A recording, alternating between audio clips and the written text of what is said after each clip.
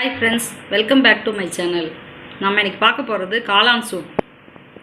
வாங்க வீடியோக்குள்ளே போகலாம். வீடியோக்குள்ளே போகிறதுக்கு முன்னாடி என்னோட சேனலை சப்ஸ்கிரைப் பண்ணாதவங்க கண்டிப்பாக சப்ஸ்கிரைப் பண்ணுங்கள். பக்கத்தில் இருக்க பெல் ஐக்கானை டேப் பண்ணுங்கள். காளான் சூப் செய்ய தேவையான பொருட்கள். நான் பட்டன் காளான் ஒரு பாக்கெட் வாங்கி இந்த மாதிரி கட் பண்ணி வச்சுருக்கேன். நைஸாக கட் பண்ணி வச்சுருக்கேன். அப்புறம் ஒரு வெங்காயம் பொடுசாக கொஞ்சோண்டு கட் பண்ணி வச்சுருக்கேன். ஒரு 5-6 பூண்டு பல், அதுவும் நைஸாக கட் பண்ணி வச்சுருக்கேன்.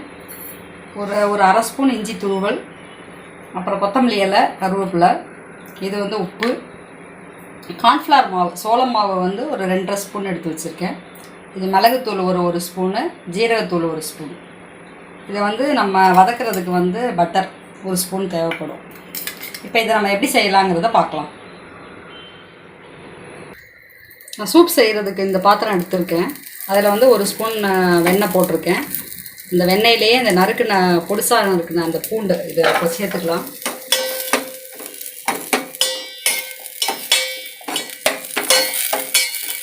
இது பூண்டு கொஞ்சம் நல்லா வதங்கினா தான் அந்த ஃப்ளேவர் நல்லாயிருக்கும் சூப்பில்.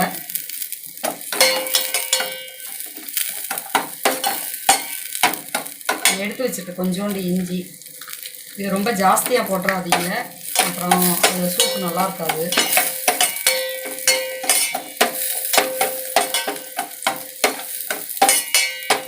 இதில் இந்த வெங்காயத்தையும் சேர்த்து வதக்கிக்கலாம். இதுக்கு பதிலாக சின்ன வெங்காயம் போடணுன்னாலும் போட்டுக்கலாம். இதில் கொஞ்சோண்டு கருவேப்பிலை,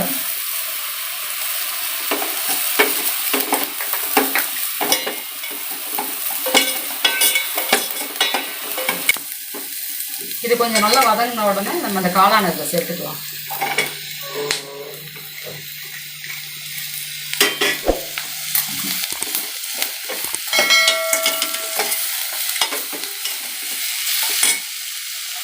இந்த டைமில் இதில் உப்பு சேர்த்துக்கலாம். ஒரு அரை ஸ்பூன், சின்ன ஸ்பூன் தான் சேர்த்துக்கிறேன். அப்புறம் இதுக்கு தேவையான உப்பு அப்புறம் சேர்த்துக்கலாம். நம்ம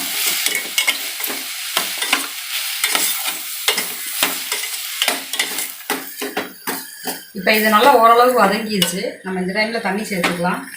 நீங்கள் இது ஒரு 4-5 டம்ளருக்கு நான் பண்ணுறேன்.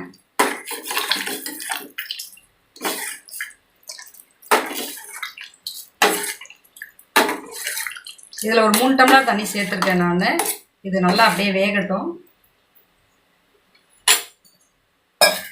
இப்போ சூப் நல்லா கொதித்து வெந்துட்டுருக்குது. இது ஒரு 5 மினிட்ஸ் அப்படியே வேகட்டும். இந்த டைமில் நம்ம ஒரு கொஞ்சோண்டு மஷ்ரூம் மட்டும் நம்ம எடுத்து ஆற வச்சுட்டு அதை மிக்சியில் அரைச்சி இதில் சேர்த்துக்கலாம்.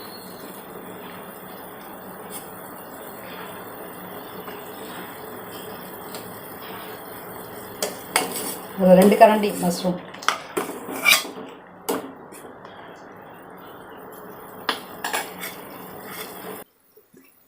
இப்போ நான் இதை அரைச்சி வச்சுருக்கேன். கொஞ்சம் காளான் எடுத்து அதை மிக்சியில் போட்டு இதை நம்ம இதில் சேர்த்துக்கலாம்.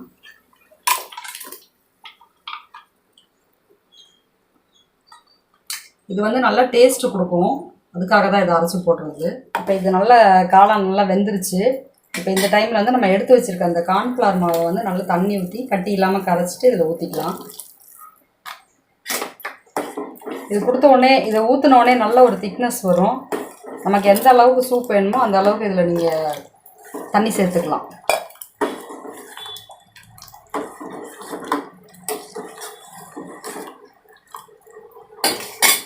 இப்போ இந்த டைமில் நம்ம எடுத்து வச்சுருக்க ஜீரகப்பொடி, மிளகு பொடி பார்த்துட்டு சேர்த்துக்கோங்க. நமக்கு வேணும்னா நம்ம சூப் குடிக்கும்போது கூட நம்ம போட்டுக்கலாம்.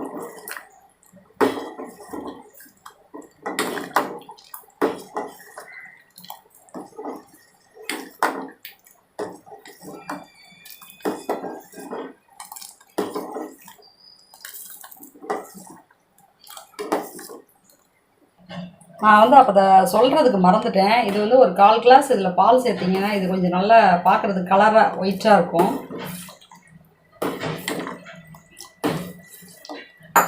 இது காய்ச்சி ஆற வச்ச பால் தான் நான் அதில் சேர்த்துருக்கேன். இப்போ இதை நம்ம ஆஃப் பண்ணிடலாம். இது ரெடி ஆகிடுச்சு, சூப் ரெடி ஆகிடுச்சு. இதை இறக்குன உடனே இதில் நம்ம கொத்தமல்லி இலை எல்லாம் போட்டு கார்னிஷ் பண்ணிக்கலாம்.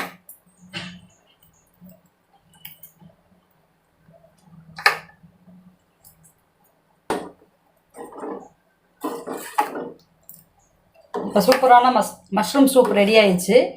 நீங்கள் இதை வந்து வீட்டில் குழந்தைங்களுக்கெல்லாம் செஞ்சு கொடுங்க. இந்த மாதிரி மழை நேரத்துலலாம் இந்த மாதிரி சூப் கொடுக்குறது வந்து ரொம்ப நல்லது உடம்புக்குமே. அதுவும் மஷ்ரூம் வந்து நல்ல ப்ரோட்டீன்லாம் உள்ள ஒரு டிஷ். அதை நீங்கள் கண்டிப்பாக எல்லாத்துக்கும் பண்ணி கொடுங்க. இதை நீங்கள் ட்ரை பண்ணிவிட்டு எனக்கு எப்படி இருந்ததுன்னு கமெண்ட் பாக்ஸில் கமெண்ட் பண்ணுங்கள். கண்டிப்பாக லைக் பண்ணுங்கள், ஷேர் பண்ணுங்கள். மறக்காமல் சேனலை சப்ஸ்கிரைப் பண்ணாதவங்க கண்டிப்பாக சேனலை சப்ஸ்கிரைப் பண்ணுங்கள். தேங்க்யூ.